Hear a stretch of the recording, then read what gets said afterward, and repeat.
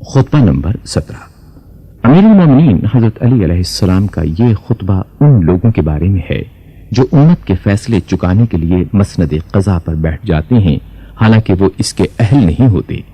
امیر المومنین علیہ السلام اپنے اس خطبے میں ارشاد فرماتے ہیں، تمام لوگوں میں سب سے زیادہ خدا کے نزدیک مبغوض دو شخص ہیں، ایک وہ جسے اللہ نے اس کے نفس کے حوالے کر دیا ہو، یعنی اس کی بدعمالیوں کی وجہ سے اپنی توفیق سلب کر لی، جس کے بعد وہ سیدھی راہ سے ہٹا ہوا بدعت کی باتوں پر فریفتہ اور گمراہی کی تبلیغ پر مٹا ہوا ہے۔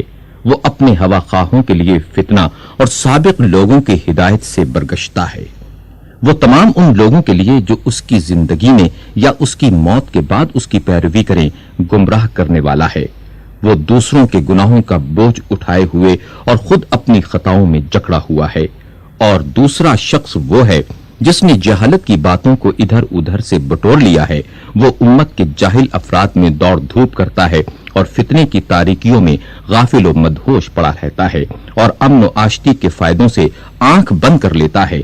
چند انسانی شکل و صورت سے ملتے جلتے ہوئے لوگوں نے اسے عالم کا لقب دے رکھا ہے، حالانکہ وہ عالم نہیں۔ وہ ایسی بے سود باتوں کو سمیٹنے کے لیے منہ اندھیرے نکل پڑتا ہے جن کا نہ ہونا ہونے سے بہتر ہے، یہاں تک کہ جب وہ اس گندے پانی سے سیراب ہو لیتا ہے اور لا یعنی باتوں کو جمع کر لیتا ہے تو لوگوں میں قاضی بن کر بیٹھ جاتا ہے اور دوسروں پر مشتبہ رہنے والے مسائل کے حل کرنے کا ذمہ لے لیتا ہے۔ اگر کوئی الجھا ہوا مسئلہ اس کے سامنے پیش ہوتا ہے تو اپنی رائے سے اس کے لیے بھرتی کی فرسودہ دلیلیں مہیا کر لیتا ہے اور پھر اس پر یقین بھی کر لیتا ہے۔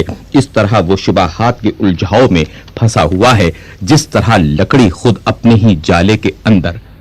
وہ خود یہ نہیں جانتا کہ اس نے صحیح حکم دیا ہے یا غلط۔ اگر صحیح بات کہیں بھی ہو تو اسے یہ اندیشہ ہوتا ہے کہیں غلط نہ ہو، اور غلط جواب ہو تو اسے یہ توقع رہتی ہے کہ شاید یہی صحیح ہو۔ وہ جہالتوں میں بھٹکنے والا جاہل اور اپنی نظر کے دھندلےپن کے ساتھ تاریکیوں میں بھٹکنے والی سواریوں پر سوار ہے۔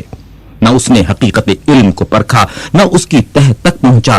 وہ روایات کو اس طرح دھرم بھرم کرتا ہے جس طرح ہوا سوکھے ہوئے تنکوں کو۔ خدا کی قسم وہ ان مسائل کے حل کرنے کا اہل نہیں جو اس سے پوچھے جاتے ہیں، اور نہ اس منصب کے قابل ہے جو اسے سپرد کیا گیا ہے۔ جس چیز کو وہ جانتا نہیں اس چیز کو وہ قابل اعتنا علم ہی نہیں قرار دیتا، اور جہاں تک وہ پہنچ سکتا ہے اس کے آگے یہ سمجھتا ہی نہیں کہ کوئی دوسرا پہنچ سکتا ہے، اور جو بات اس کی سمجھ میں نہیں آتی اسے پی جاتا ہے، کیونکہ وہ اپنی جہالت کو خود جانتا ہے۔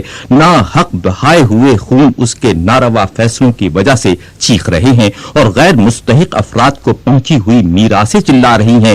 اللہ ہی سے شکوہ ہے ان لوگوں کا جو جہالت میں جیتے ہیں اور گمراہی میں مر جاتے ہیں۔ ان میں قرآن سے زیادہ کوئی بے قیمت چیز نہیں، جبکہ اسے اس طرح پیش کیا جائے جیسا پیش کرنے کا حق ہے، اور اس قرآن سے زیادہ ان میں کوئی مقبول اور قیمتی چیز نہیں اس وقت جبکہ اس کی آیتوں کا بے محل استعمال کیا جائے۔ ان کے نزدیک نیکی سے زیادہ کوئی برائی اور برائی سے زیادہ کوئی نیکی نہیں۔ علامہ مفتی جعفر حسین صاحب قبلہ نے اس خطبے کے حواشی میں تحریر کیا ہے۔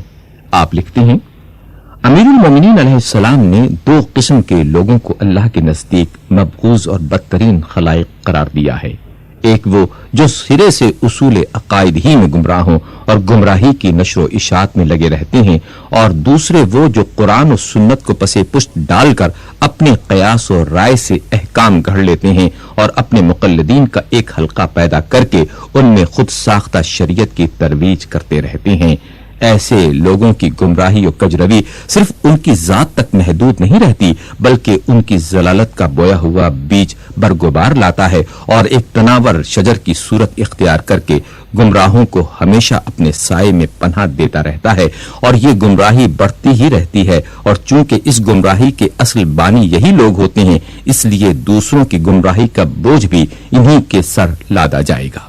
نہج البلاغہ۔